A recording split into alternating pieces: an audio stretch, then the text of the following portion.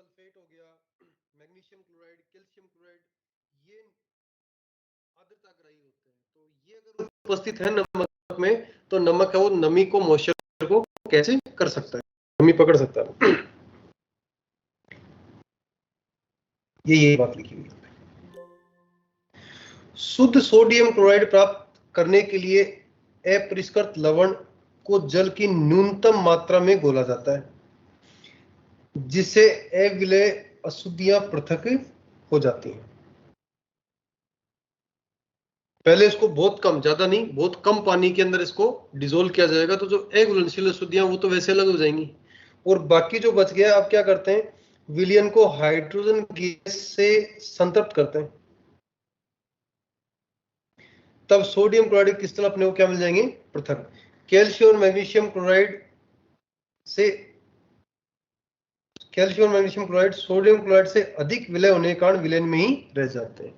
Calcium chloride और magnesium chloride तो विलयन में रह जाएंगे, NaCl है वो कम सोल्यूबल होने की वजह से क्रिस्टल के रूप में पृथक हो जाएगा। ठीक है कि बात, मतलब NaCl की विलयता कम है और CaCl2 और MgCl2 की विलयता वो जलीय विलयन में क्या है, ज्यादा।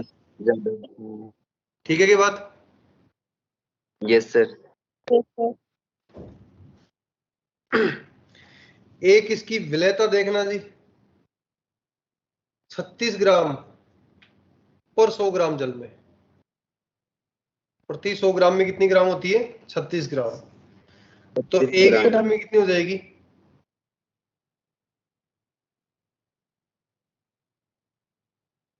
पर पानी के लिए घनत्व एक ही अगर है तो 1 लीटर का मतलब 1000 ग्राम हो गया। 1000 ग्राम में कितना ग्राम हो जाएगा, 360 ग्राम। मतलब 1 लीटर पानी में आप आराम से 360 ग्राम नमक को घोल सकते हो, कोई दिक्कत नहीं है। उससे ऊपर जैसे आप घोलना स्टार्ट करते हो, ये कब की बात कर रहा है, 273 केल्विन पे। कौन से टेम्परेचर बात कर रहा है, 273 पे। ठीक है ना, 273 केल्विन का मतलब 0 डिग्री सेल्सियस। मतलब 0 डिग्री सेल्सियस पर 1 लीटर पानी में 360 ग्राम नमक आराम से घोला जा सकता है। आधी किलो नमक घोला जा सकता है क्या, 500 ग्राम? 500 ग्राम नमक नहीं घोला जाएगा। 360 ग्राम जो बच गया 140 ग्राम वो पीपीटी के रूप में रहेगा। समझ मेरी बात? विलेयता का मतलब ये होता है ना कि घोले जा सकने वाली अधिकतम मात्रा। Yes sir.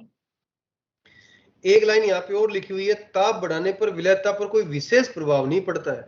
भाई 273 पे है, अगर तापमान बढ़ा दोगे तो बहुत ज्यादा बढ़ जाएगी, ऐसी कोई गारंटी वाली बात नहीं। ठीक है, यस। उसके बाद में सोडियम हाइड्रोक्साइड NaOH, इस किससे बनाया जाता है, कास्टनर केल्नर सेल से इसको बनाया जाता है। कौन से सेल से बनाते हैं अपन इसको,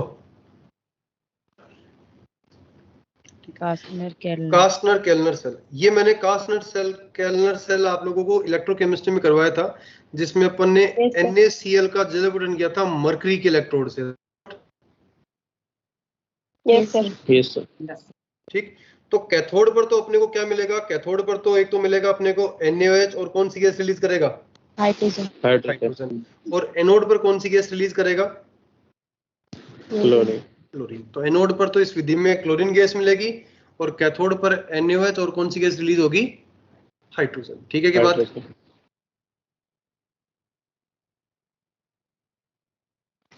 सोडियम हाइड्रोक्साइड श्वेत ठोस होता है, गलनांक इसका आता है, जल में शीघ्रता से विलय, क्षारीय विलयन बनाता है। सोडियम हाइड्रोक्साइड क्रिस्टल प्रस्वेद डेलिस्क्वेंट, इसका मतलब होता है आर्द्रताग्राही होता है। ठीक है ना। सतह पर सोडियम हाइड्रोक्साइड विलयन वायुमंडल के CO2 से विक्रिया करके क्या बनाता है, Na2CO3। सतह पर जैसे कि ये NaOH है, CO2 के साथ क्रिया करके क्या बनाएगा, Na2CO3। उपयोग की कोई जरूरत नहीं, इसमें क्या काम आता है। हाइड्रोजन कार्बोनेट, ये इसको बोलते हैं बेकिंग सोडा, खाने का सोडा NaCO3। गर्म करने पर विघटित होकर कार्बन डाइऑक्साइड के बुलबुले देगा। पेस्ट्री, केक, इनमें जो फ्लफी फूड जो होता है उसको बनाने में इसको काम में लेते हैं, छोले भटूरे बना सकते हैं, जो भी आप। हाइड्रोजन कार्बोनेट सोडियम CO2 संतृप्त में बनाता है। श्वेत चूर्ण कम विलय होने के कारण पृथक हो जाता है। ये वही वाली मतलब रिएक्शन वही है जी, सोलह विधि है, कर सकते हैं, इसमें कोई दिक्कत नहीं। सोडियम हाइड्रोजन कार्बोनेट चर्म रोगों में मंद प्रतिरोधी के रूप में, मतलब एक माइल्ड एंटीसेप्टिक के रूप में काम में इसको लिया जा सकता है चर्म रोगों में। और एक कहां पे काम आ सकता है, ठीक है, NaCO3 और Na2CO3 में विलेयता किसकी ज्यादा होगी जल में?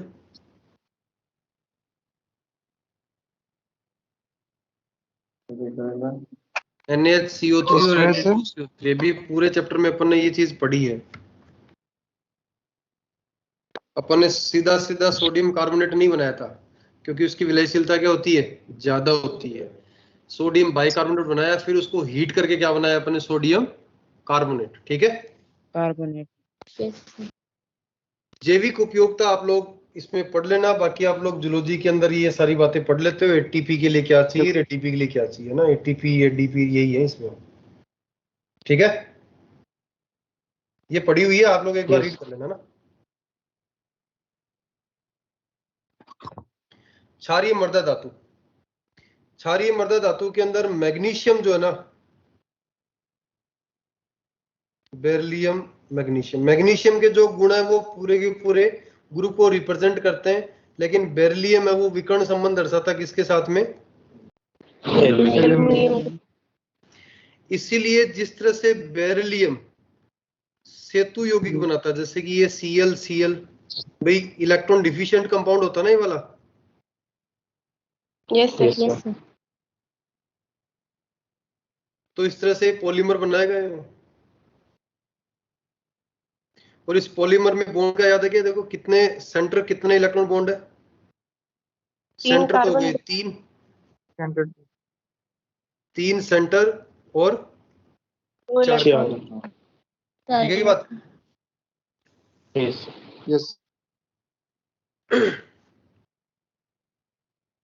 इलेक्ट्रॉनिक कॉन्फ़िगरेशन में कोई अपवाद नहीं है, बिल्कुल सही है, कोई दिक्कत नहीं इसमें। ऊपर से नीचे आने पर आईपी घटता है, कोई दिक्कत नहीं है। अगर अपन बात करें बेरिलियम, मैग्नीशियम, कैल्शियम, तो ऊपर से नीचे आए तो साइज बढ़ गया, साइज बढ़ने से आईपी क्या हो गया, घट गया। ऊपर से नीचे आने पर जल योजन ऊर्जा घट गई, हाइड्रेशन एंथैल्पी क्या हो जाती है, कम हो जाती है, ठीक है।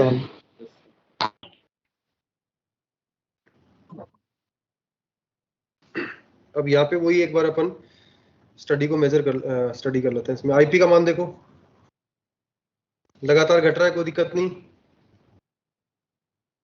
रेडियम वैसे रेडियो एक्टिव है, इसलिए इसकी कोई बात आएगी भी नहीं इतनी कोई खास।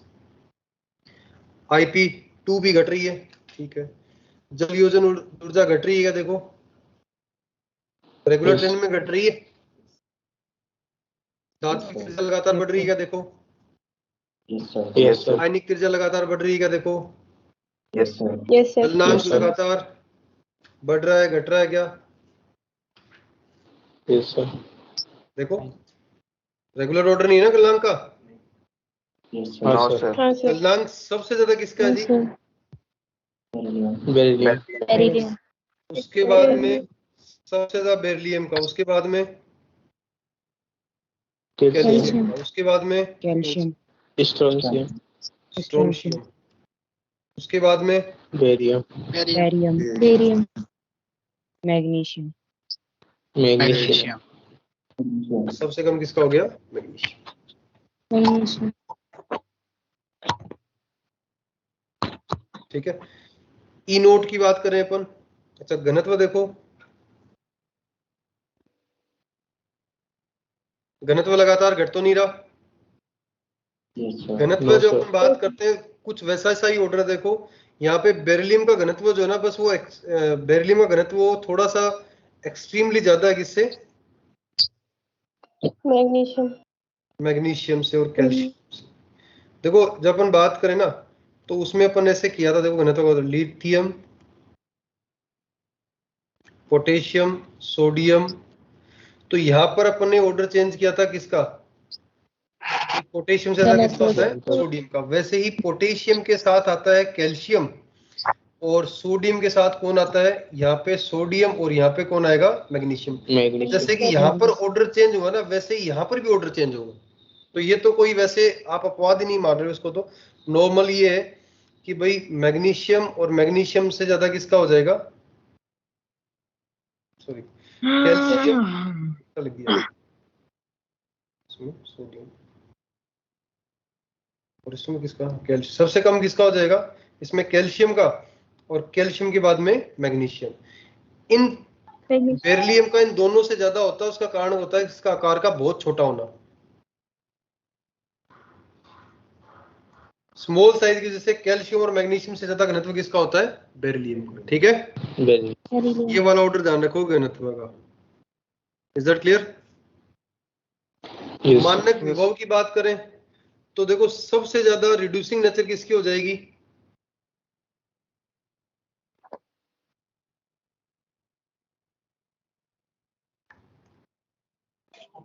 बेरियम। बेरियम की, उसके बाद में स्ट्रोंशियम, उसके बाद में कैल्शियम, मैग्नीशियम, और सबसे दुर्बल अब चाहे कौन हुआ जी, बेरिलियम। ठीक है कि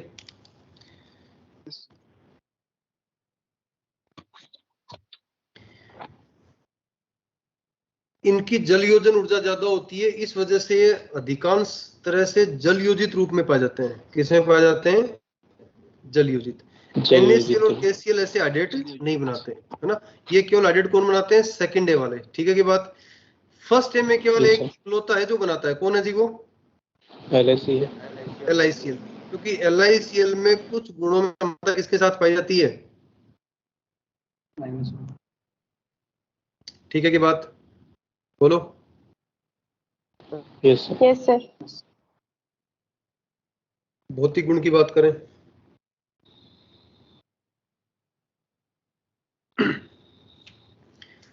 सफेद चमकदार ठोस होती हैं, मैग्नीशियम भूरे रंग का होता है, गलनांक क्वथनांक क्षार धातुओं की तुलना में ऊंचे होते हैं, आकार इनका छोटा होता है। गलनांक और क्वथनांक में कोई नियमित परिवर्तन नहीं होता है। नियमित परिवर्तन का मतलब है कि ना लगातार बढ़ रहे हैं ना लगातार घट रहे हैं। जैसे कि अपन ने देखा था कि ऑर्डर थोड़ा चेंज हो रहा था इसमें। धन विद्युतीय गुण बेरिलियम से लेके Ba तक बढ़ते हैं। कैल्शियम, स्ट्रोंशियम, बेरियम ज्वाला को क्रमशः ईंट जैसा लाल, कैल्शियम तो कैसा देगा, ईंट जैसा लाल, स्ट्रोंशियम क्रिम्सन रेड, और बेरियम कैसा रंग देता है, एप्पल ग्रीन। तो फिर कौन कौन से बच गए, बेरिलियम और मैग्नीशियम। बेरिलियम और मैग्नीशियम ज्वाला में कोई रंग नहीं देते हैं। ज्वाला में रंग देने को बोलते हैं ज्वाला परीक्षण। क्या बोलते हैं, तो बेरिलियम और मैग्नीशियम में ज्वाला परीक्षण नहीं देते हैं क्योंकि इनकी आयनन ऊर्जा क्या होती है, उच्च होती है। आयनन ऊर्जा क्या होती है, उच्च होती है। तो जब इलेक्ट्रॉन यहां से जंप करेगा तो वो उच्च ऊर्जा क्षेत्र से एनर्जी को अवशोषित करेगा, जो कि विजिबल में नहीं है। और विजिबल में नहीं है तो अपने को कलर शो नहीं होगा। समझ में आ रही बात। ये कारण आएगा इसमें कि भाई ज्वाला परीक्षण कौन सी, जैसे मान लो मैं ऐसे बोलता हूँ कि कौन सी क्षारीय मृदा धातु ज्वाला परीक्षण नहीं देती। ऑप्शन में आपके पास में कैल्शियम, बेरिलियम, मैग्नीशियम, और फोर्थ ऑप्शन है सेकंड एंड थर्ड दोनों। Second and third. Fourth option. जैसे कि ऑप्शन दिया था मैंने कैल्शियम, बेरिलियम, मैग्नीशियम, और फोर्थ था सेकंड एंड थर्ड। और क्वेश्चन था कि कौन सी क्षारीय मृदा धातु ज्वाला परीक्षण नहीं देती। कौन सा करोगे बताओ, क्षारीय मृदा धातु नहीं होती, केवल थर्ड। जी इसको क्यों नहीं बोला जी, क्षारीय मृदा धातु थोड़ी कहते हैं बेरिलियम को। ये तो बहुत एस ब्लॉक में पीरियोडिक टेबल में शुरुआत से करवा रहा हूँ। बेरिलियम को क्षारीय मृदा धातु नहीं कहते। क्यों नहीं कहते, क्योंकि इसके हाइड्रोक्साइड और ऑक्साइड कैसी प्रवृत्ति के होते हैं, उभयधर्मी। तो क्षारीय मृदा अगर ऐसे बोलता कि सेकंड है में कौन से हैं जो ज्वाला परीक्षण नहीं देते, तब तो आप बोलते कि बेरिलियम और मैग्नीशियम दोनों नहीं देते, फोर्थ ऑप्शन आपका सही हो जाता। अगर वो ये बोलता कि वर्ग द्वितीय कौन से तत्व ज्वाला परीक्षण नहीं देते, लेकिन ऐसे बोलता है कौन सी क्षारीय मृदा धातु ज्वाला परीक्षण नहीं देगी, तो कौन सा करोगे, मैग्नीशियम। ठीक है की बात। यस।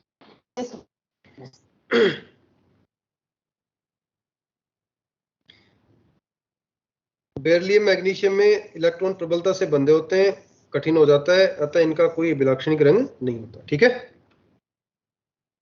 रासायनिक गुण की बात करें तो ये सभी वायु के साथ क्रिया करके ऑक्साइड और क्या बनाते हैं? नाइट्राइड। ऑक्साइड और नाइट्राइड। मैग्नीशियम अधिक धन विद्युतीय तत्व है, वायु में अत्यधिक चमकीले प्रकाश के साथ जलते हुए सभी बनाते हैं, मतलब कैल्शियम भी सभी, ऑक्साइड और नाइट्राइड बनाएंगे सभी। ठीक है। ये जल से और भी अधिक तीव्रता से क्रिया करके ठंडे जल से विकिरण करके हाइड्रोक्साइड बनाते हैं। जल के साथ क्रिया करके क्या बनाएंगे? हाइड्रोक्साइड। हेलोजन की प्रतिक्रियाशीलता की बात करें ना, मतलब सिंपल सी बात है कि ऑक्सीजन मतलब एयर के साथ जब रिएक्शन कराओगे तो ऑक्साइड और नाइट्राइड दोनों बनते हैं। फर्स्ट टाइम में केवल क्या बन रहे थे? ऑक्साइड छोड़ के लिथियम। लिथियम एक ऐसा था जो क्या बना रहा था? ऑक्साइड और नाइट्राइड। उसका कारण ये था कि वो मैग्नीशियम के साथ में कौन सा संबंध दर्शा रहा था? विकर्ण संबंध। ठीक है। अब ये वाला पॉइंट, अगर आपको BeF2 बनाना है तो BeF2 बनाने के लिए सरलतम विधि क्या है जी? इसका तापीय अपघटन किया जाए। क्या किया जाए? इसका तापीय अपघटन, है ना। तो तापीय अपघटन से यहाँ पे NH3HF और BeF2 बन जाएगा। ठीक है। BeF2 वो कैसा गुण रखता है? आयनिक। कैसा गुण होता है? आयनिक।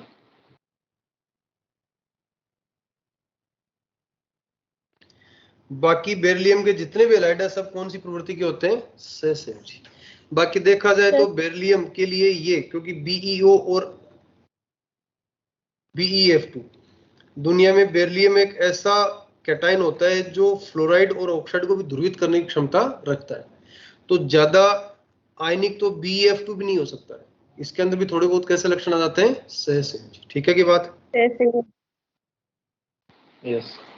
हाइड्रोजन से क्रिया करके क्या बनाएंगे? BeH2। क्या बनाते हैं? हाइड्रेट बनाएंगे। क्या बनाएंगे? हाइड्रेट। जैसे कि बेरिलियम बना लेगा BeS2, मैग्नीशियम बना लेगा MgS2, ऐसे हाइड्रेट बनाएंगे। अम्ल के साथ क्रिया करके क्या बनाएंगे? कौन सी गैस रिलीज करेंगे? हाइड्रोजन। रिएक्शन है कुछ नहीं। अपचायक प्रवृत्ति, अपचायक प्रवृत्ति का अपन ने कर लिया कि सबसे घटिया अपचायक कौन होता है? बेरिलियम। बेरिलियम।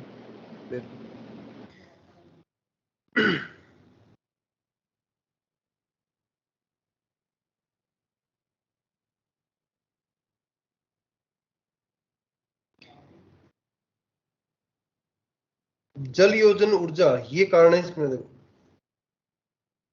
बेरिलियम की अपचायक गुण का कारण क्या है?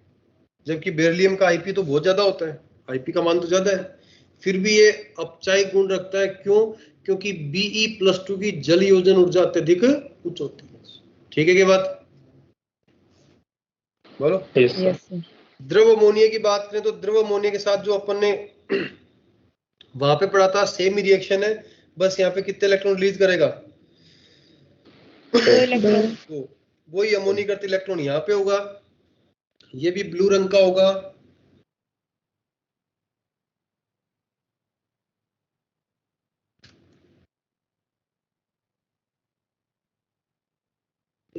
विलयन से पुनः अमोनियट्स प्राप्त किए जा सकते हैं। तो वापस बेरिलियम का उपयोग मिश्र धातु बनाने में करते हैं। उच्च शक्ति के स्प्रिंग कौन सी धातु से बनेंगे? कॉपर और बेरिलियम। इसके अलावा milk of magnesia, anti acid. Milk of magnesia antacid group में। मिल्क ऑफ मैग्नीशिया किसको बोलते हैं? MgOH। Magnesium hydroxide. Yes sir. ठीक है। बाकी टूथपेस्ट वगैरह में तो आता ही है। तो रेडियम के लवणों का उपयोग विकर्ण चिकित्सा में भी किया जाता है। कैंसर के उपचार में किसका काम में लेते हैं अपन? रेडियम। इनके यौगिकों की बात करते हैं। सबसे पहले ऑक्साइड एवं हाइड्रोक्साइड, क्षारीय मृदा धातु वायु में जलकर क्या बनाते हैं? मोनो ऑक्साइड, जिनकी संरचना Bu को छोड़कर रॉक सॉल्ट जैसी होती है। BeO आवश्यक रूप से कैसी प्रवृत्ति का होता है जी? जी। अब मैंने वो बात आप लोगों को बताई थी, वही है कि बेरिलियम Be+2 दुनिया में एक इकलौता ऐसा धनायन है जो ऑक्साइड और फ्लोराइड को भी ध्रुवित करने की प्रवृत्ति रखता है, इतनी ताकत रखता है। तो BeO है वो आयनिक नहीं होके कैसी प्रवृत्ति का होता है जी? जी। ठीक है ना?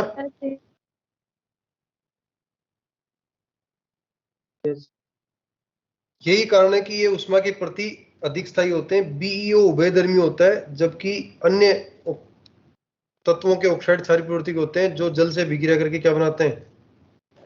हाइड्रोक्साइड बनाते हैं। इन हाइड्रोक्साइड की विलेयता तापीय स्थायित्व क्षारीय प्रकृति बढ़ती है। जब अपन बात करते हैं हाइड्रोक्साइड की, तो अपन ने देखो एक फाजान का जो रूल पढ़ा था, जहां पे अपन ने एडिशन एंथैल्पी करी थी, वहां पे कहा था कि सेकंड ए वालों के लिए हाइड्रोक्साइड, ऑक्साइड और फ्लोराइड के केस में विलेयता क्या हो रही थी? जल में बढ़ रही थी। बाकी उसके केस, बाकी अगर इसके अलावा सल्फेट होता, कार्बोनेट कुछ और होता, तो क्या होती? घटती।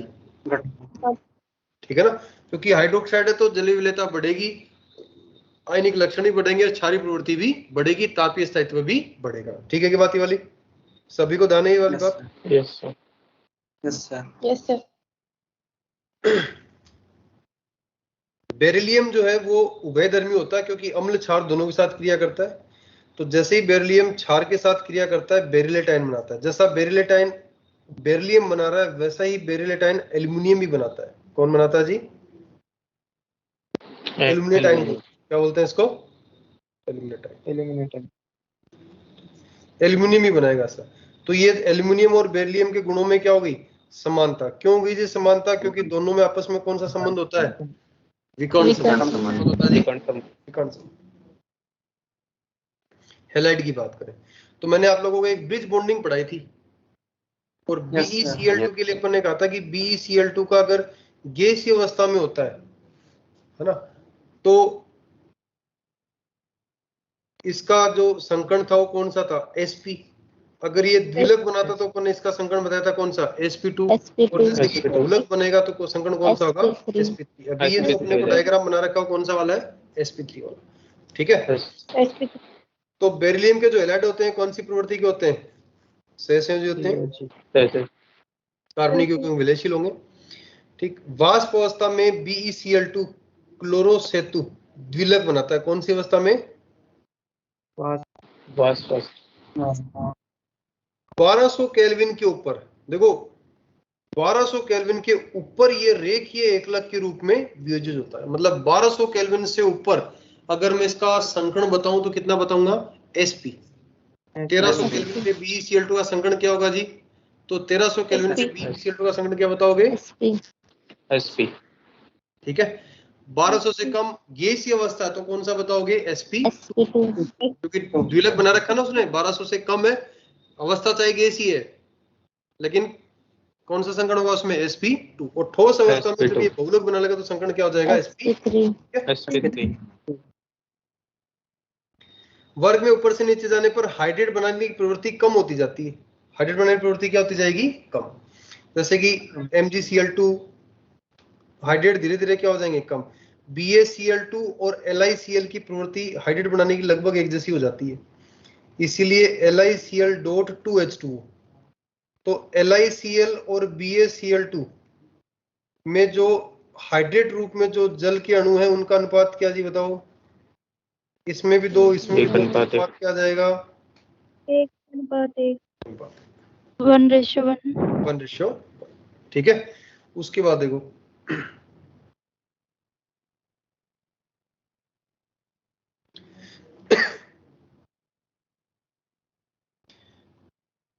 एक बात हो रही है यहाँ पे, उच्च जालक ऊर्जा के कारण क्लोराइड की तुलना में कम विलय होते हैं।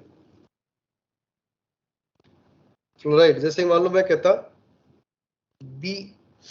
BaCl2 और BaF2 में ज्यादा विलयशील कौन होगा?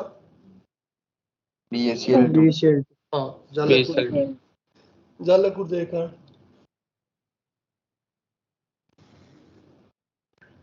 जैसे कार्बोनेट है तो कार्बोनेट इनके कोई सी भी हो, जैसे कि CaCO3, MgCO3, कोई सा भी कार्बोनेट ले लो, कार्बोनेट को हीट करने पर क्या मिलता है अपने को? CaO plus CO2। क्या मिलेगा? ठीक है, अच्छा जी। सभी कार्बोनेट गर्म करने पर CaO प्लस CO2 देते हैं, कोई दिक्कत नहीं है, सारे के सारे एक जैसे ही हैं। ऊपर से नीचे आने पर आयनिक लक्षण बढ़ता है, इसलिए तापीय स्थायित्व भी क्या होता है? बढ़ता है। ठीक है, की बात। बढ़ता है। सल्फेट की बात करो तो सल्फेट को जब अपन गर्म करते हैं तो यहां पर भी ऑक्साइड और कौन सी गैस देते गए? O2 gas. श्वेत ठोस होते हैं, ताप के प्रति स्थायी होते हैं। BmgSO4 शीघ्रता से जल में विलयशील, क्योंकि सल्फेट है तो सल्फेट में सेकंड ए में नीचे जाने पर विलयशीलता क्या होती है? कम होती है ना, तो BsO4 सबसे ज्यादा विलयशील होता है। सल्फेट जल में अधिक विलयशील। नाइट्रेट की बात करें तो नाइट्रेट अगर इनका हीट करते हैं अपन तो कौन सी गैस रिलीज करते हैं? NO2, जैसे कि लिथियम नाइट्रेट कर रहा था। लिथियम नाइट्रेट के अलावा और कोई सा भी फर्स्ट ए का जो नाइट्रेट है वो NO2 गैस रिलीज नहीं करेगा। ठीक, तो मान लो कि ऐसा आता है कि इनमें से किसको गर्म करने पर अनुचुंबकीय गैस रिलीज होगी? तो अनुचुंबकीय गैस रिलीज होगी जी, तो एक तो मैंने किया NaNO2 को हीट, एक अपन ने किया LiNO3 को हीट, और एक अपन ने किया CaNO3 का होल ट्वाइस। तो जब NaNO3 को हीट करते हैं तो अपने को क्या मिलेगा? NaNO2 plus half O2 gas. LiNO3 को हीट करते हैं तो Li2O plus NO2 plus half O2, और CaNO3 को करेंगे तो Ca, बेटा म्यूट करो माइक, NO2 और O2। तो अनुचुंबकीय गैस कौन सी है बताओ? कौन सा अनुचुंबकीय गैस दे रहा है? थर्ड और सेकंड। फर्स्ट भी तो अनुचुंबकीय दे रहा है, ये जो O2 गैस है ना, बस ये तो कंफ्यूजन है। NO2 अनुचुंबकीय ठीक है, लेकिन O2 का भी तो अपन ने बोला था कि O2 भी कैसा होता है? अनुचुंबकीय होता है कि नहीं होता? बताओ MOT के अनुसार। केवल तीनों। हाँ, अगर भूरे रंग की अनुचुंबकीय बोलता तो आप सही थे कि सेकंड और थर्ड, क्योंकि भूरा रंग नहीं होता O2 का। O2 तो कैसी होती है? रंगहीन होती है। समझ आ रही बात? यस इसमें थोड़ा कंफ्यूजन है तो आप ध्यान रखेंगे इस बात का। O2 देखना।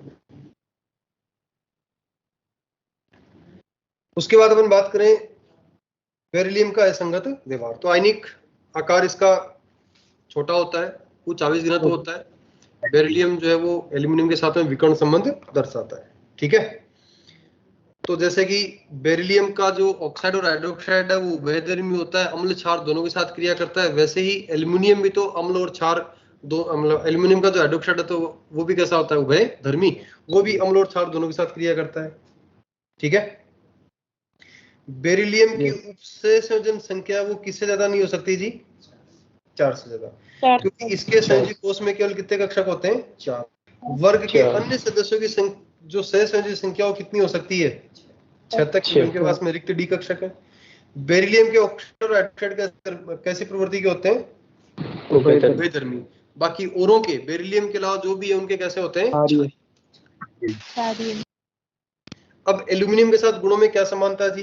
कि दोनों में ही एक धातु ऑक्साइड की सुरक्षा परत बनती है। जैसे मान लो बेरिलियम का टुकड़ा था तो ऊपर यहाँ पर एक परत बन जाएगी इसकी, बेरिलियम ऑक्साइड की, अंदर ही धातु सेफ रहेगी। ऐसे ही एल्यूमिनियम का टुकड़ा था तो बाह्य वायुमंडल के साथ क्रिया करके यहाँ पर एक परत बन जाएगी किसकी? उसके अंदर एल्यूमिनियम सेफ रहेगा। इसलिए बेरिलियम जो है वो सीधा सीधा ऑक्सीजन के साथ में जलाते हैं तो इतना आसानी से क्रिया नहीं करता है। हाँ, इसका पाउडर बना के जलाओगे तब ये क्रिया करेगा, अदरवाइज नॉर्मल अपन इसको जलाने की कोशिश करेंगे तो क्रिया नहीं करेगा, क्योंकि ऊपर की सतह तो ऑक्साइड बना लेगी बेरिलियम की, अब उसके बाद में क्रिया करना बंद कर देगा, वो इनर्ट हो जाएगा। हेलो। वहां पे कोई दिक्कत नहीं है।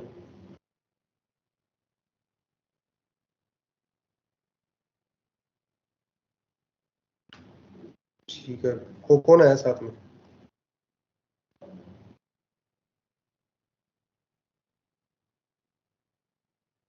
ठीक है, अभी वही है। ठीक है, कोई दिक्कत नहीं, अभी वही है। खराब ही है क्या वो?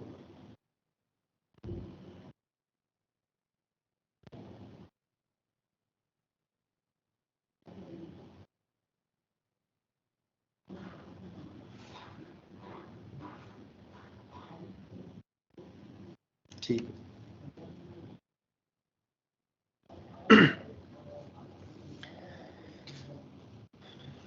तो ऑक्साइड परत बनाता है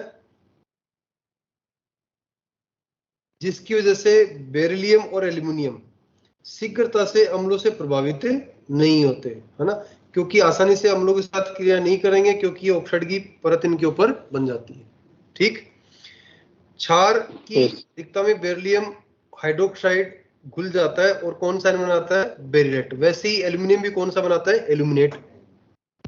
बेरिलियम एवं एल्यूमिनियम के क्लोराइड वाष्प अवस्था में सेतुबंध ब्रिज बनाते हैं, जैसे कि उसमें बनाया था ना, वैसे ही एल्यूमिनियम भी वैसे ब्रिज वाले ये बनाता है Cl, क्योंकि ये भी इलेक्ट्रॉन न्यून यौगिक होता है ना, तो फिर ये Cl ऐसे कोऑर्डिनेट बॉन्ड वैसे ही बनाता है।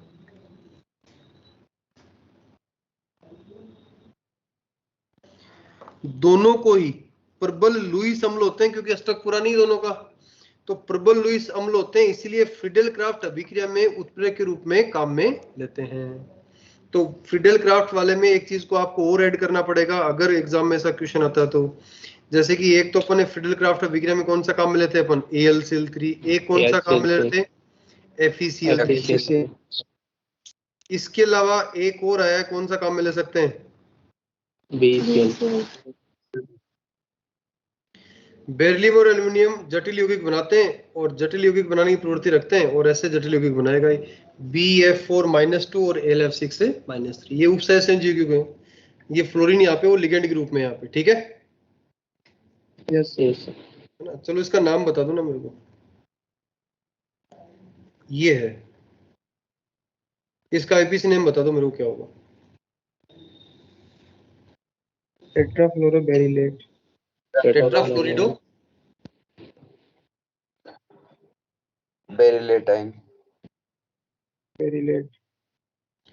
टेट्राफ्लोरिडो बेरिलेट आइन। बेरिलियम का ऑक्सीडेशन स्टेट तो भूल ही गए। Yes sir. ब्रैकेट में कितना आएगा? +2 बजेगा रोमन। तो आएंगे ना। ठीक है जी, इसका नाम बताओ फिर, आईपीसी नाम। AlF6-3।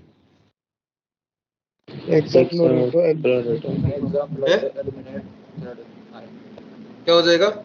हेक्साफ्लोरिडो aluminate, oxidation state bracket में थर्ड आएगा। हाँ सर। संकरण भी बताई दो, इसका क्या होगा? sp3d2।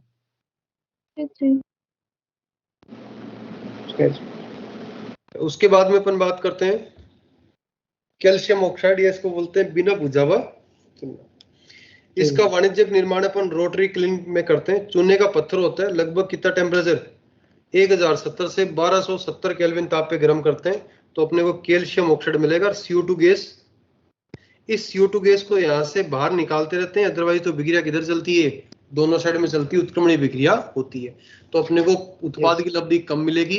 इसलिए CO2 को यहाँ से हटाते रहोगे तो अभिक्रिया केवल अग्र दिशा में जाएगी और आसानी से आप। कैल्शियम ऑक्साइड एक श्वेत एक क्रिस्टलीय ठोस होता है। कैल्शियम ऑक्साइड कैसा ठोस होता है जी?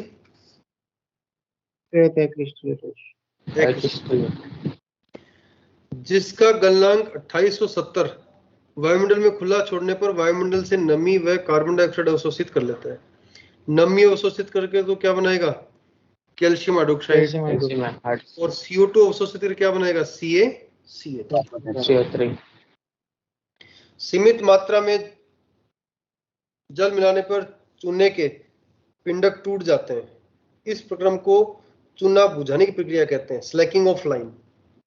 ठीक है, बड़े बड़े जैसे कि इसके टुकड़े हैं, उसमें जैसे ही आप पानी मिलाओगे तो वो छोटे छोटे पाउडर फॉर्म में कन्वर्ट होना स्टार्ट हो जाएगा, उसको बोलते हैं चूना बुझ गया। पहले जो व्हाइट वॉश आती थी, जो कड़ी करते थे घरों में, वो यही होता था, कैल्शियम हाइड्रोक्साइड होता था, उसको पानी मिलाते थे तो बड़े बड़े टुकड़े उसमें टूट के और वो हो गया, और उसको छान के अलग करते थे, वो व्हाइट वॉश के रूप में काम में लेते थे, है ना। इसमें थोड़े एंटीसेप्टिक कैरेक्टर भी होते हैं, इसलिए फायदा भी था कि वायरस बैक्टीरिया वहां से हट जाते थे। ठीक है, यस। तो बिना बुझा हुआ चूने का फॉर्मूला क्या होता है, कैल्शियम हाइड्रोक्साइड COH का होल ट्वाइस। ठीक है, बिना बुझे हुए चूने को जब सोडा द्वारा बुझाया जाता है तो सोडा लाइम प्राप्त होता है।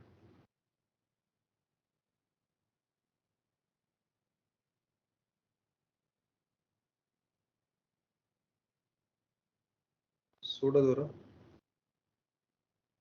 तो सोडा लाइम प्राप्त होता है।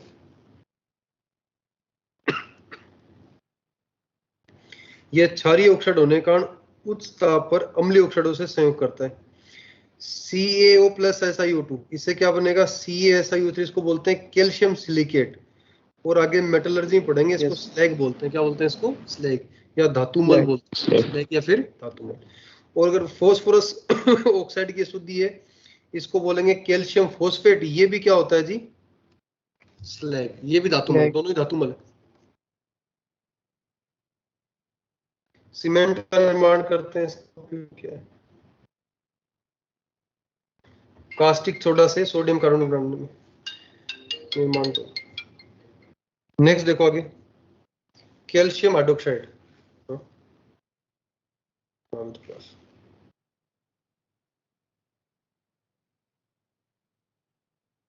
बोलो। ठीक है,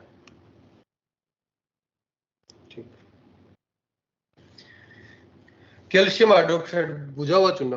कैल्शियम हाइड्रोक्साइड निर्माण बिना बुझे हुए चूने में जल मिलाकर किया जाता है। श्वेत पाउडर होता है, जल में अल्प विलय होता है। इसके जलीय विलयन है, इसके जलीय विलयन को क्या बोलते हैं, चूने का पानी, लाइम वाटर। और इसका जो जल में निलंबन होता है, सस्पेंशन जो होता है, उसको बोलते हैं मिल्क ऑफ लाइम। क्या बोलते हैं इसको, मिल्क ऑफ लाइम। दो चीजें होती हैं, अगर इसका विलयन है तब तो बोलते हैं इसको लाइम वाटर,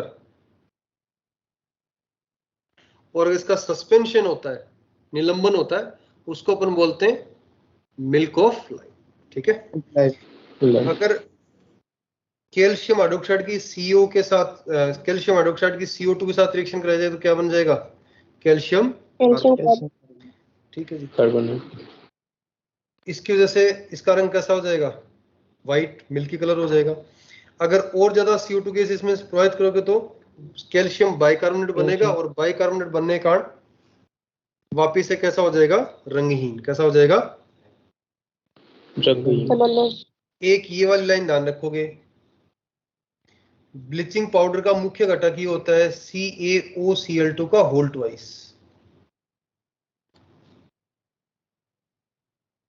इसको बोलते हैं कैल्शियम हाइपोक्लोराइड। क्या बोलते हैं, कैल्शियम हाइपोक्लोराइड। ठीक है, की बात, कैल्शियम हाइपोक्लोराइड, है ना। मॉड्यूल में एक बार देख लेना भाई, मॉड्यूल में कहीं कहां पे तो देखा था मैंने, ऐसे लिखा हुआ था कहीं पे, ऐसे लिखा होगा मॉड्यूल में, CaOCl2 ऐसे लिखा हुआ है क्या, ऐसे होता है, ऐसे लिखा क्या, सही, तो फिर ठीक है, पहले वाले में था कुछ ऐसे। ब्लीचिंग पाउडर का मुख्य घटक होता है, डिसइंफेक्टेंट होता है जी, रोगाणुनाशी होता है, सफेदी करने में व्हाइट वॉश के रूप में इसको काम में लेते थे। बाकी किसके निर्माण में काम में लेते हैं इसको, विरंजक चूर्ण के। कैल्शियम कार्बोनेट देखो क्या है, बुझे हुए चूने के ऊपर CO2 गैस प्रवाहित करने पर क्या मिलेगा अपने को, कैल्शियम कार्बोनेट। कैल्शियम क्लोराइड में कैल्शियम कार्बोनेट मिलाकर इसे बनाया जाता है। बनाया कैसे जाएगा इसको, कैल्शियम क्लोराइड और कैल्शियम क्लोराइड और सोडियम कार्बोनेट की रिएक्शन से। इस अभिक्रिया में कार्बन डाई ऑक्साइड के आधिक्य से बचना चाहिए, क्योंकि इसकी अधिकता में जल में घुलनशील कैल्शियम हाइड्रोजन कार्बोनेट बन सकता है। इसका ध्यान रखेंगे। ऐसा क्वेश्चन आ सकता है कि जब कैल्शियम कार्बोनेट बनाया जाता है तो CO2 को वहां से हटाना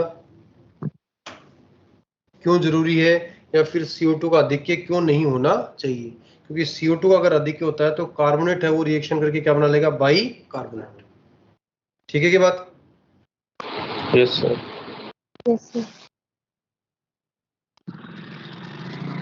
1200 केल्विन हीट करेंगे तो मिलेगा CaO प्लस CO2। तनु अम्लों के साथ क्रिया करके CO2 गैस मुक्त करता है।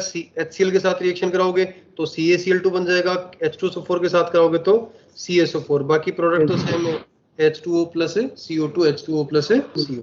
ठीक,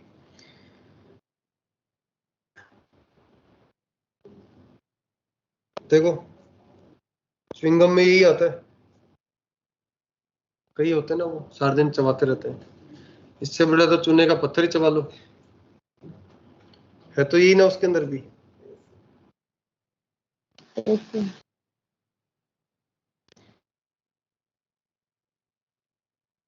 sulphate, plaster of Paris, half H2 होता है इसमें। क्या होता है जी?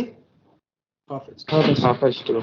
CSO4 डॉट 2H2O को अगर अपन थोड़ा हीट करते हैं तो हीट करने पर कितना हीट कर रहे हैं अपन? 393। और जिप्सम का फॉर्मूला क्या होता है? CSO dot 2H2। CSO4 dot 2H2 gypsum होता है। डॉट हाफ H2O क्या होता है? CO। मैं ये भी कह सकता हूँ कि जल का कितना परसेंट, 75% जल को बाहर निकाल दिया गया क्या इसमें? जिप्सम को हीट करने पर जो कैल्शियम प्लास्टर ऑफ POP जो बना है 75% ही होगा क्या? Yes sir. ये पहले 2 वाटर मॉलिक्यूल थे, अब आधा बचा हुआ है, तो 75% वाटर मॉलिक्यूल बाहर निकल गया। अगर मैं इसको और गर्म करता और ये आधा मॉलिक्यूल वाटर का बाहर निकल जाता, मृत तपित प्लास्टर बोलते हैं, डेड बर्न्ड प्लास्टर, जिसमें केवल निर्जल CSO4 होता है। पर्याप्त मात्रा में जल के साथ जमने की विशेष प्रकृति होती है। पर्याप्त मात्रा में जल मिलाने पर यह प्लास्टिक जैसा एक द्रव्य बनाता है जो कि 5 से 15 मिनट में जमकर कठोर व ठोस हो जाता है ना? प्लास्टर ऑफ पेरिस, इसी का यूज अपन प्लास्टर वगैरह बनाने में करते हैं। हाथ पैर की हड्डियां टूटने पर जो डॉक्टर प्लास्टर बांधता है ना, वो यही वाला होता है। ठीक है? Yes sir. Yes sir. Cement, Portland cement कहते हैं इसको। ये ब्रिटेन के एक शहर के नाम पे है। अपने को ये देखना है तो सबसे ज्यादा क्या होता है इसमें? CEO कितना परसेंट होता है? 50 से 60%। SiO2 कितना होता है? 20 से 25%। Al2O3 कितना होता है? 5 से 10%। और फिर थोड़ा सा MgO और FeO, और 1 से 2% क्या होता है जी? SO3। इतना भी नहीं, सबके 1% याद रख रहे हो, बस ये देख लो कि सबसे ज्यादा कौन सा होता है? Calcium oxide. और दूसरा कौन सा होता है? SiO2। मतलब कैल्शियम ऑक्साइड और मिट्टी, ये दोनों मेन होते हैं इसमें। एक अच्छी गुणवत्ता वाले सीमेंट में सिलिका एल्यूमिनियम का अनुपात कितने से कितना होना चाहिए? ये बात भी ध्यान रखो। सिलिका SiO2 और Al2O3, इसका अनुपात कितना होना चाहिए? 2:5 से 2.5 से लेके 4 तक। ठीक है? 4 की मतलब। बाकी औरों का CaO और SiO2 का अनुपात यथासंभव 2 के आसपास से होना चाहिए। बाकी डबल ही डालने चाहिए अपने को। सीमेंट निर्माण में कच्चे माल के रूप में चिकनी मिट्टी का उपयोग करते हैं। तेजी से गर्म किया जाता है, संगलित होकर भीग के सीमेंट क्लिंकर बनाते हैं। क्लिंकर में 2 से 3% जिप्सम मिलाते हैं। फिर उसके बाद में क्या मिलाते हैं क्लिंकर के अंदर? जिप्सम। सीमेंट जब बनता है तो पोर्टलैंड सीमेंट का जो मुख्य घटक होता है वो होता है ट्राई कैल्शियम सिलिकेट। क्या होता है जी? जो कि 5% होता है। डाई कैल्शियम सिलिकेट 26% होता है, बाकी ट्राई कैल्शियम एल्यूमिनेट कितना परसेंट होता है? 11%। 11। जो तैयार सीमेंट है, जो पोर्टलैंड सीमेंट है, उसमें सबसे ज्यादा कौन पाया जाता है? Try calcium silicate. Try calcium. Try calcium silicate. दूसरे नंबर पे कौन होता है? Die calcium silicate. ठीक। फिर इसमें एक बात और आती है कि जी जिप्सम क्यों मिलाया अपन ने? जो 2 से 3% जिप्सम मिलाया अपन ने, क्यों मिलाया? ताकि सीमेंट का जो जमने का प्रोसेस है उसको थोड़ा सा धीरे करने के लिए, सीमेंट के जमने के प्रोसेस को धीरे करने के लिए। सीमेंट में आप पानी मिला के जैसे उसको थोड़ी देर के लिए छोड़ देते हो, तो कैसे हो जाता है? सख्त हो जाता है बिल्कुल।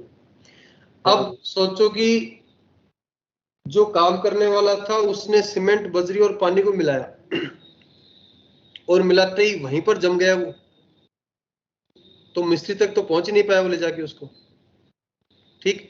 या फिर मिस्त्री से थोड़ी बहुत गड़बड़ हो गई, थोड़ा सा टाइम लग गया, उसने तो 2-4 ईंट चुनी थी, इतनी देर में सूख गया वो, टाइट ही हो गया, अब दोबारा काम नहीं आ रहा। समझ आ रही की बात? इस प्रोसेस को कम करने के लिए, जो सीमेंट बिल्कुल थोड़ी देर के बाद में हार्ड हो जाता है ना, इस प्रोसेस को थोड़ा सा स्लो करने के लिए क्या यूज किया अपन ने? जिप्सम। 2 से 3% क्या मिलाया जाता है उसमें? जिप्सम मिलाया जाता है। ठीक है। और अच्छी गुणवत्ता वाले सीमेंट के लिए सिलिका और Al2O3 का अनुपात क्या होना चाहिए?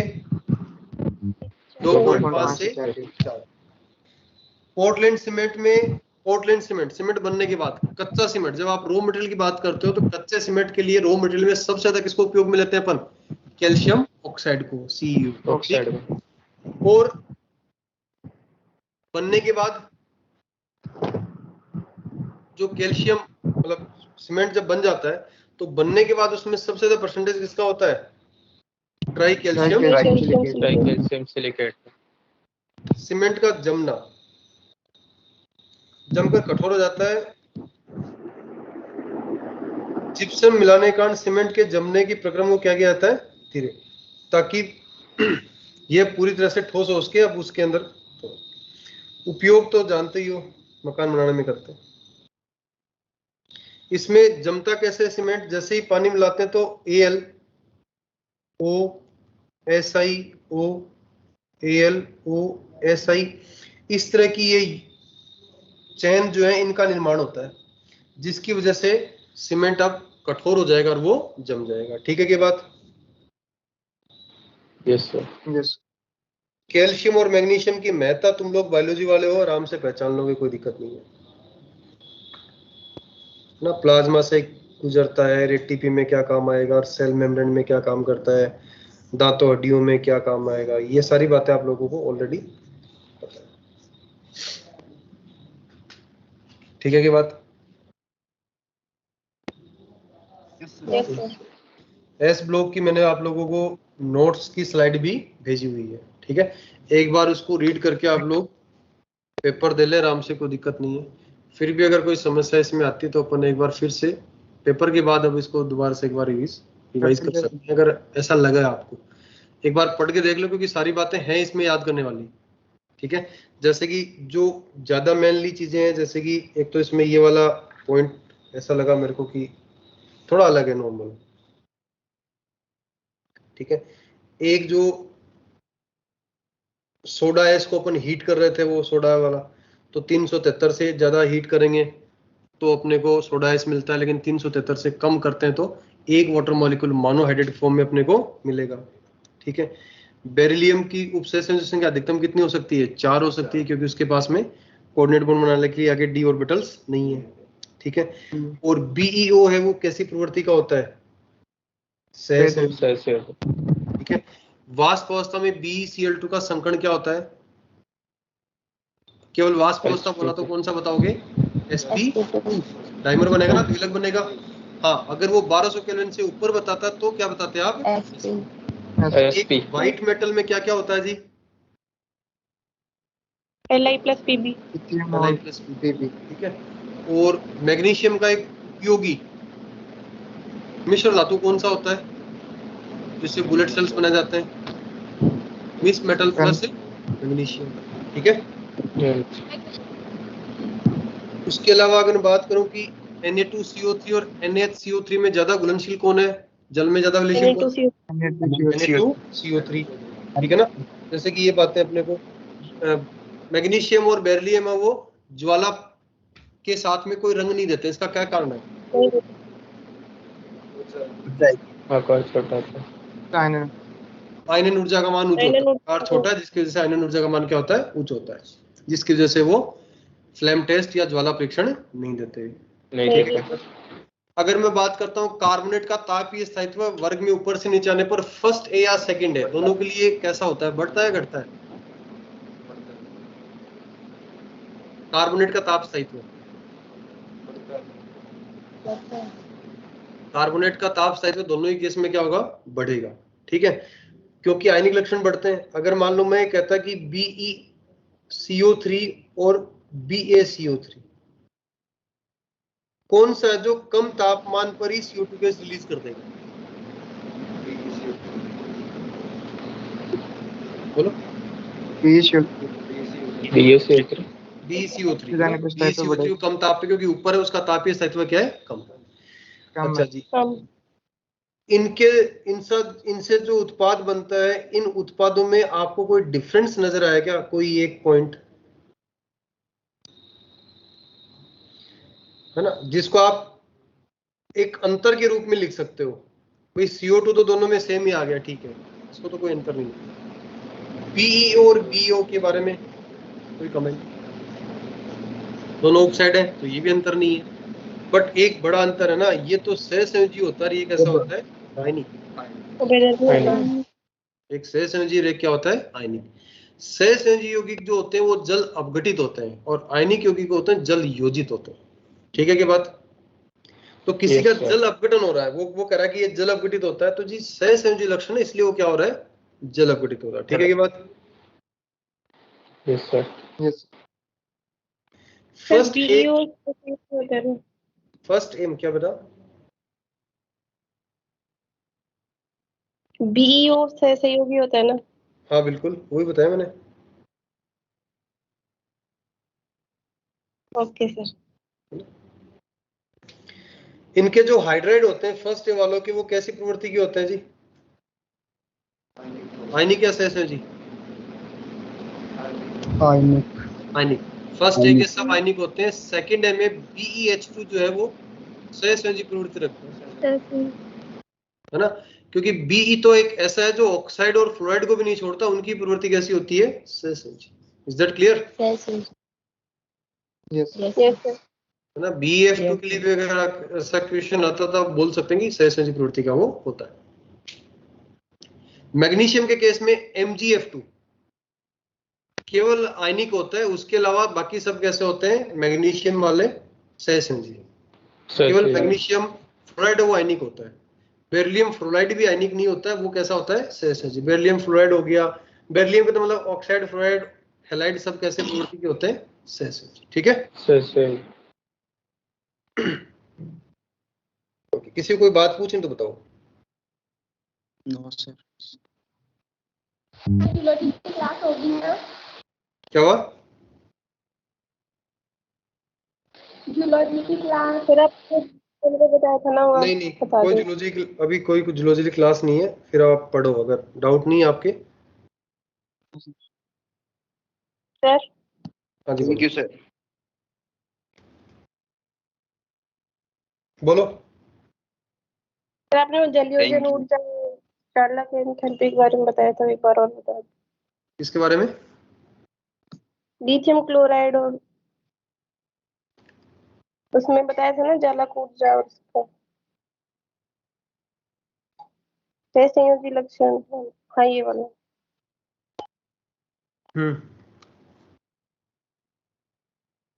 LiCl सहसंयोजी प्रवृत्ति का होता है, क्योंकि Li प्लस उसका ध्रुवण कर देगा, तो जल में घुलनशील कम है, कार्बनिक विलायक जो है उसके अंदर विलयशील होता है। इसके अलावा कुछ और? No sir. क्योंकि लिथियम Li प्लस का आकार छोटा होता है ना, छोटे आकार के कारण ये ध्रुवणता की, लिथियम का केवल ये जो LiF है ना, ये आयनिक होता है, बाकी लिथियम के हैलाइड भी कैसी प्रवृत्ति की रखते हैं? सहसंयोजी। बेरिलियम का फ्लोराइड भी सहसंयोजी होता है, मैग्नीशियम का फ्लोराइड आयनिक, बाकी सब सहसंयोजी। ठीक है ना? ठीक है, कोऑर्डिनेशन वाला वो हो ही गया। Thank you. Thank you sir. Coordination में कोई डाउट किसी को पूछ सकता है,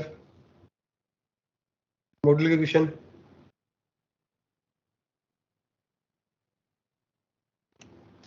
सर अगर नाम देकर अपन से फॉर्मूला पूछता है तो नाम में जो सीक्वेंस है वो फॉर्मूले में भी वही सीक्वेंस होना चाहिए।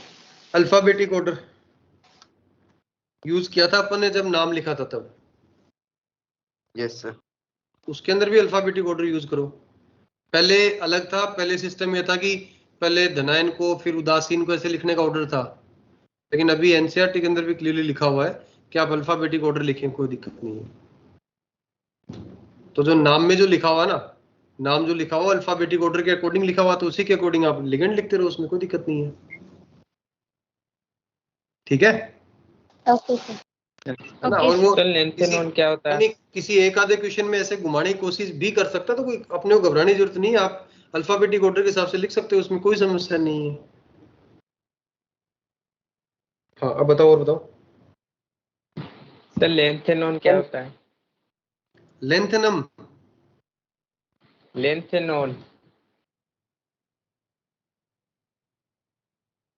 लेंथ नोन बोल रहा है, लेंथनम। लेंथनम तो वो एल जो होता है वो उसी का नाम है, डी ब्लॉक का एलिमेंट होता है, जहां से उसके आगे से अब लेंथ नोड सीरीज स्टार्ट होती है। लेंथनम और एक्टिनियम ये डी ब्लॉक के तत्व हैं दोनों, जिनसे आगे से, जिनके नेक्स्ट से ही, जस्ट नेक्स्ट से ही एक बार तो लेंथ नोड सीरीज और एक बार कौन सी सीरीज रिलीज होती है? लेंथ एंड नोन बोल रहा है। हैं? लेंथ एंड नोन बोल रहा है। Length and known. ये कहाँ पे आ गया? लेंथनोन तो लेंथ नोड्स को बोलते हैं ना। क्या था उसमें? सर एक क्वेश्चन था। कौन सा बताओ? जिसको डाउट नहीं है वो क्लास लीव करके और रिवीजन करे पड़े। कोऑर्डिनेशन के डाउट फटाफट से डिस्कस करना चाहो तो कर सकते हो। मॉड्यूल है कोऑर्डिनेशन वाला, देख बार कोऑर्डिनेशन के डाउट।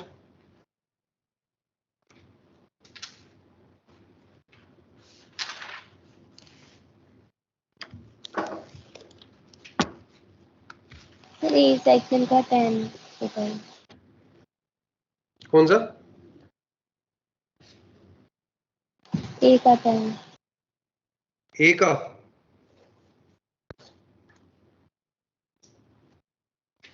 सेक्शन ए का 10th।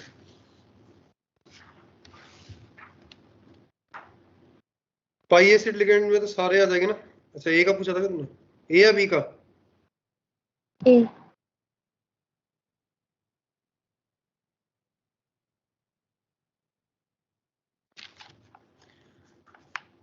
ए में बेटा इसमें क्या दिक्कत आई? अगर आंतरिक अष्टफलकीय संकुल बनाता है मतलब D2sp3 बनाएगा। अब D2sp3 में ये बोल रहा है कि अनुचुंबकीय प्रवृत्ति अधिकतम किस में होगी? तो यदि आंतरिक अष्टफलकीय संकुल बनाता है तो D9 में तो आंतरिक संकुल बनेगा नहीं, D9 कॉन्फ़िगरेशन के अंदर। तो D5 की बात करते हैं तो D5 में देखो इस तरह से हो जाएगा क्या, 1 2 एक युग्मित इलेक्ट्रॉन है। D7 की बात करते हो तो 4 6 7 के अंदर वो आएगा नहीं, कॉन्फ़िगरेशन नहीं होगा। D4 की बात करते हैं तो 4 में ऐसे रहेगा।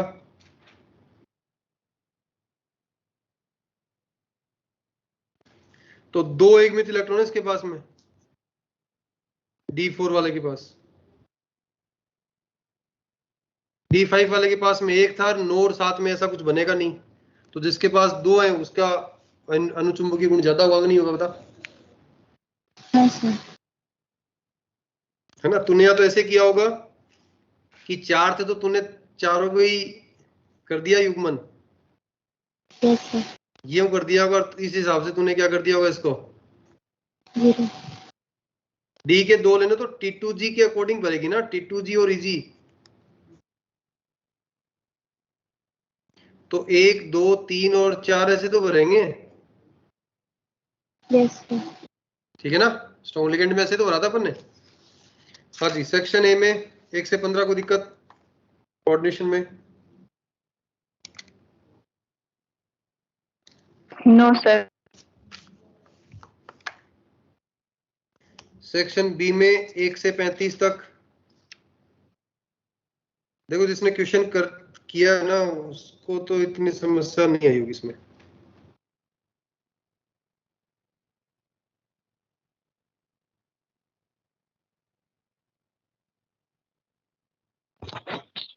क्वेश्चन नंबर 7 रटने वाला है, सेक्शन बी का क्वेश्चन नंबर 7 है ना, क्योंकि रिएक्शन करेंगे तो भी वो याद रखना है, ऐसे भी याद रखना, तो इसको देख लेना कौन सा आएगा। 35 का क्वेश्चन नंबर 7 याद रखना है। उसके अलावा बताएं 35 तक।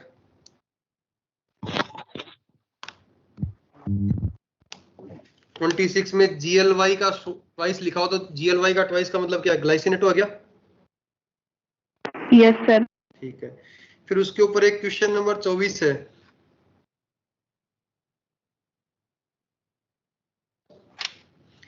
अच्छा जी, 24 और 23 है, दोनों ही ठीक है। तो क्वेश्चन नंबर 23 के लिए तो अपन ने बात की थी कि MA3B3 वाले में क्या कॉपी है क्या? अरे बोलो, अरे आज ही तो बनाने सिखाए थे क्लास स्टार्ट होने से पहले। MA3B3 में कोई ऑप्टिकली एक्टिव बना था क्या? Yes sir. No sir.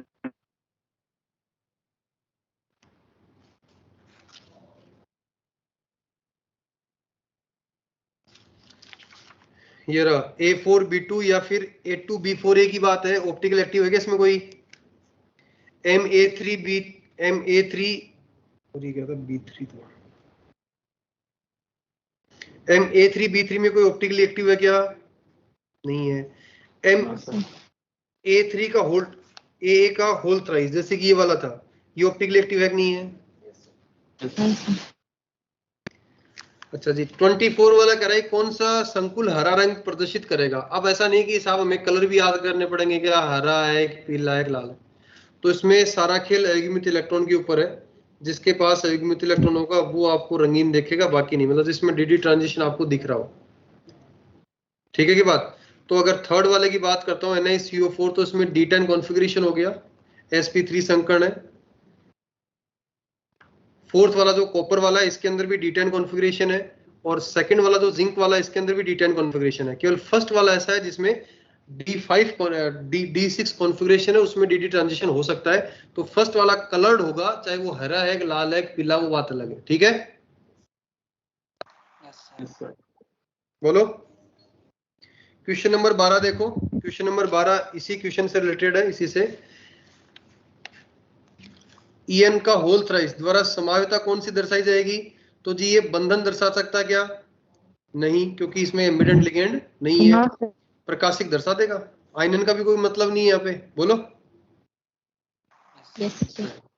Yes sir.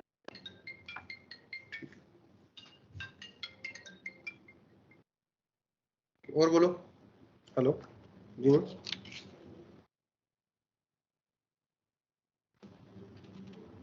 ठीक है, हाँ मंगवा रहा हूँ।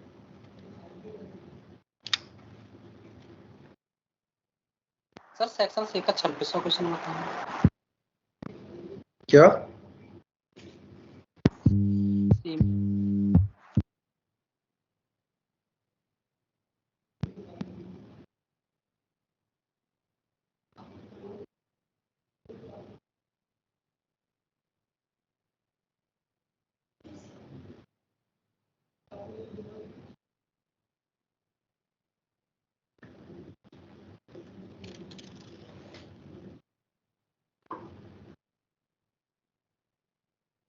कौन सा मेरा? 26। 26? Yes sir. ग्लाइसिनेट है ना ये? Sir section C. Okay, section B complete हो गया। सेक्शन बी में और किसी की दिक्कत नहीं है? नहीं सर। सेक्शन सी में 26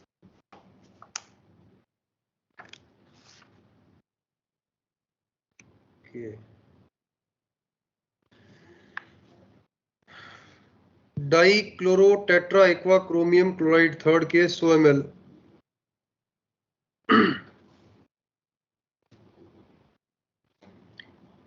डाई क्लोरो टेट्रा एक्वा, तो ये क्रोमियम है और एक्वा पानी कितना है इसमें 4, क्लोरीन कितना है 2, तो बाहर एक Cl आ जाएगा कि फिर बताओ। तो इस यौगिका का मेरे पास में 1 मोल होगा। हाँ जी बोलो।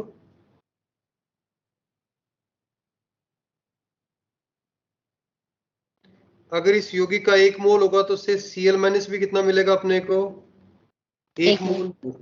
और जब AgNO3 के साथ इसकी रिएक्शन कराऊंगा तो AgCl का अवक्षेप भी कितना मोल होगा 1 मोल। अब यौगिक के मोल कैसे निकाले जी, इसका दे रखा आपको सांद्रता इंटू आयतन 100 ml में दे रखा है, इसलिए मैंने डिवाइड कर दिया 1000 से। 1000 से डिवाइड कर दिया तो किसमें मिल गया मोलों में, तो ये 2.001 मोल। इतना मोल जब ये यौगिक है तो इससे अपने को इतना मोल Cl- मिलेगा और इतना ही मोल क्या मिलेगा AgCl। ये तो आ रहा होगा, ठीक है ना। इसके अलावा और बताएं। 21 कोबाल्ट क्लोराइड अमोनिया के साथ विभिन्न अष्टफलकीय संकुल बनाता है, इनमें से कौन सा संकुल 25 डिग्री सेल्सियस सिल्वर नाइट्रेट के साथ क्लोराइड का परीक्षण नहीं देगा? तो जिसके पास Cl बाहर इस आयनिक स्फीयर में नहीं है वो नहीं देगा, तो फिर कौन सा नहीं देगा? तो तीनों Cl अंदर होने चाहिए, तीनों Cl अंदर होने चाहिए, तो मतलब ऐसे लगवा क्या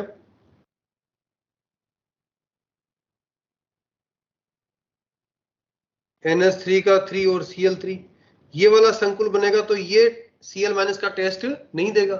बाकी अगर मान ले 5 NH3 6 NH3 जैसे मान ले इसने लिखा 6 NH3 तो 6 NH3 है यहाँ पे, तो ये तीनों Cl का है ब्रैकेट के बाहर है। समझ आ रही बात। और अगर जहाँ पे 5 लिखा है मतलब 1 Cl अंदर है 2 Cl बाहर है, ये भी Cl का टेस्ट दे देगा। लेकिन जहाँ पे 3 लिखा हुआ तो 3 ये है 3 ये है, तो ब्रैकेट के बाहर एक भी नहीं है, तो Cl- का टेस्ट नहीं देगा। ठीक है, yes. उसके अलावा बताएं 43 69 तक 51 कोबाल्ट के उपसंयोजी संकुल के आणविक सूत्र में प्रति कोबाल्ट परमाणु 5 अमोनिया अणु 1 नाइट्रो समूह है, 2 क्लोरीन परमाणु है। इस यौगिक का 1 मोल जल विलयन में 3 मोल आयन उत्पन्न करता है। इस विलयन की AgNO3 विलयन के आधिक्य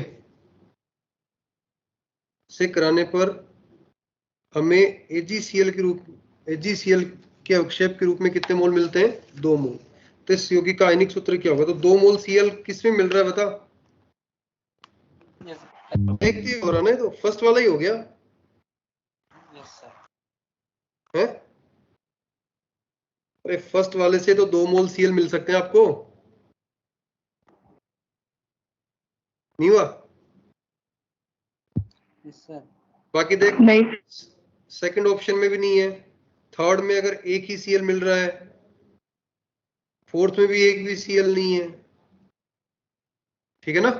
फोर्थ वाले तो फॉर्मूले ऐसे अजीब से गलत से बना रखे हैं। बात आ गई कि समझ में? yes. उसके अलावा बताओ 69 तक 43 बता दो। 43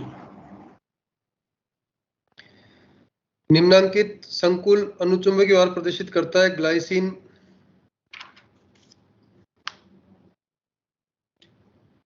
तो उच्चतम अनुचुंबकीय के लिए बेटा क्या देखना होता है तेरे को? सबसे ज्यादा युग्मित इलेक्ट्रॉन किसके पास होंगे?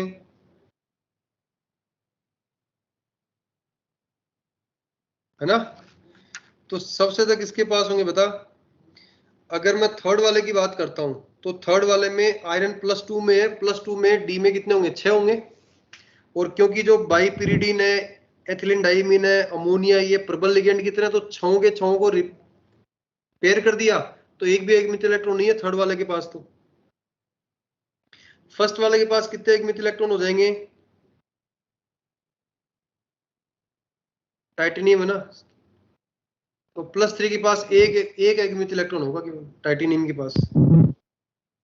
वैसे ही वेनेडियम के पास देखो, कोबाल्ट कौन सी, वेनेडियम सेकंड ऑप्शन में देखो, ऑक्सीडेशन स्टेट कितना है इसका वेनेडियम का? प्लस देखो -2,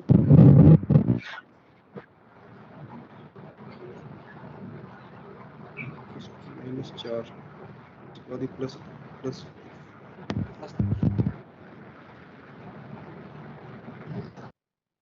वेनेडियम यहाँ पे +5 ऑक्सीडेशन स्टेट में है क्या? देखो जरा, +5 में तो D0 होता है, फिर कोई मतलब नहीं है। कोबाल्ट का देखो, कोबाल्ट कौन सी ऑक्सीडेशन स्टेट में है?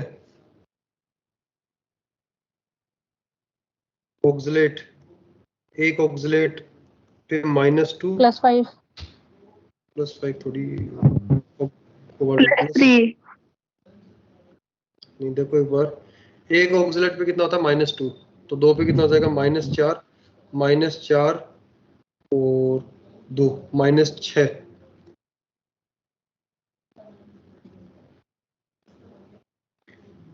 और इस पे पूरे पे है तो +5 ही, फिर तो ये ठीक है।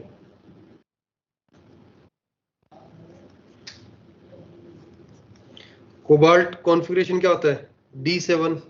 D7 से 5 इलेक्ट्रॉन निकाल दो तो डी में कितने बचेंगे? 2 बचेंगे। 2 बचेंगे तो एक दो। इलेक्ट्रॉन इसके पास ही सबसे ज्यादा है। ये नहीं आ रहा क्या इसमें? यही आ रहा है। भाई टाइटेनियम के पास में एक इलेक्ट्रॉन है,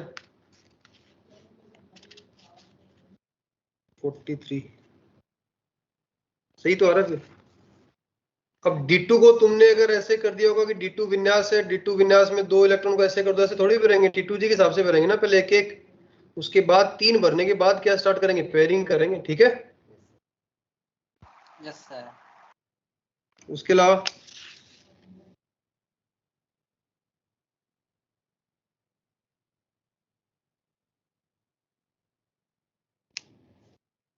उसके अलावा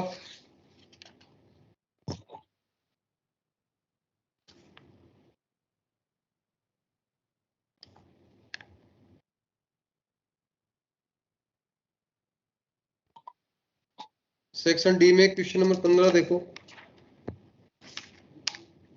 CO बंध लंबाई 1.128 एंगस्ट्रॉम है, तो कह रहा है कि FeCO5 में CO बंध लंबाई क्या होगी? तो FeCO5 में बैक बॉन्डिंग होगी, बैक बॉन्डिंग होने से CO बंध लंबाई थोड़ी सी बढ़ जाएगी, तो वो वैल्यू ढूंढनी है जो 1.12 से ज्यादा है फर्स्ट। ना। कोई गणित नहीं थी इसमें, कैलकुलेशन नहीं लगानी थी। सर 16वां भी बता रहा हूँ। सेक्शन डी में अम्लराज में घुलकर क्या बनाता है? गोल्ड। तो ये बनाता है ना AuCl4-, कोऑर्डिनेशन नंबर 4 ही तो होता है इसका गोल्ड का।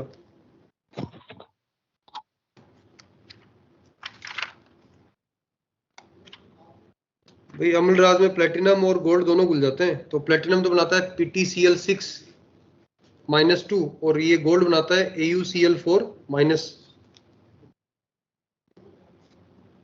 यार होगा 16 में डी। हाँ, अम्लराज क्या है ना, अम्लराज जानती हो ना, HCl और HNO3 का। Yes sir. बस 18 50 18 और 50। Na के लिए है तो Pd के लिए कितना होना चाहिए? तू बता, लगभग 1.5 गुना कर दे।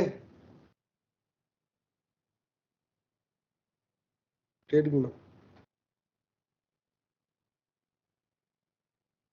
Na से Pd में जाते हैं तो कितना बढ़ जाता है? 30 से 40% बढ़ जाता है ना, लगभग 30-40%। तो अगर वो 1 है तो वो 1.5 हो जाएगा लगभग।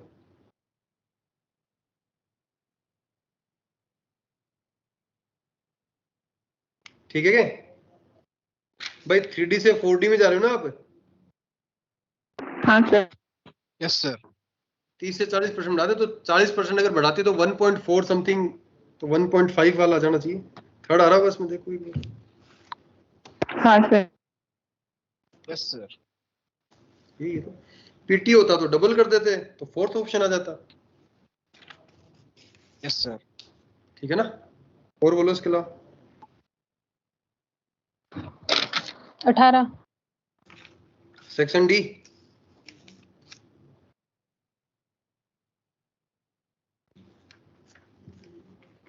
सेक्शन डी की बात कर रही हूँ ना। यस। हाँ तो इसकी स्ट्रक्चर कैसे बनेगी, ये एन है और NH2 यहाँ पे एक लगा हुआ है, जैसे कि ये हो गया CH2 CH2 NH2, ऐसे ही यहाँ पे आ जाएगा एक NH2, एक NH2 यहाँ पे आ जाएगा।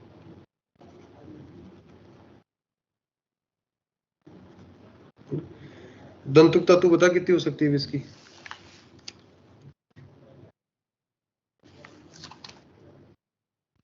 अधिकतम डोनर साइट 1 हो सकती है, डोनर साइट 2, डोनर साइट 3 और डोनर साइट 4। ठीक है की बात।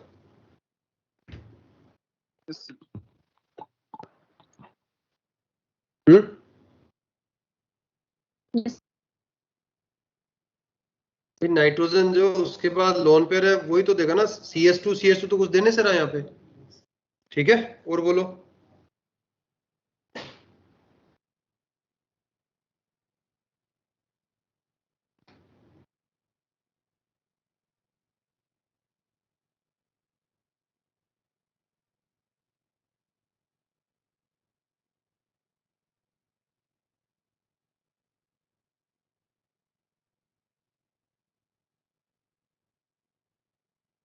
ठीक है, तो आराम से पेपर दो।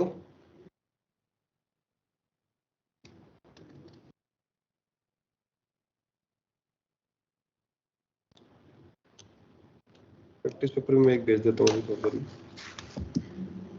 ठीक है ना, तो पेपर आपको ऑफलाइन लगेगा। क्वेश्चन भेजा है। ठीक, ओके ना फॉर टुडे ना। किसी को कुछ पूछना है, कोई पेपर का डाउट है, कोई क्वेश्चन का डाउट है तो पूछ सकता है भी। Thank you sir. ठीक है ना, बाकी और थोड़ी देर बाद अगर किसी को आता तो टेलीग्राम पे भेज सकता, आज तो मिल जाएगा तो आंसर। ठीक है ना, okay than enough for today. कर दो एंड क्लास को। सर।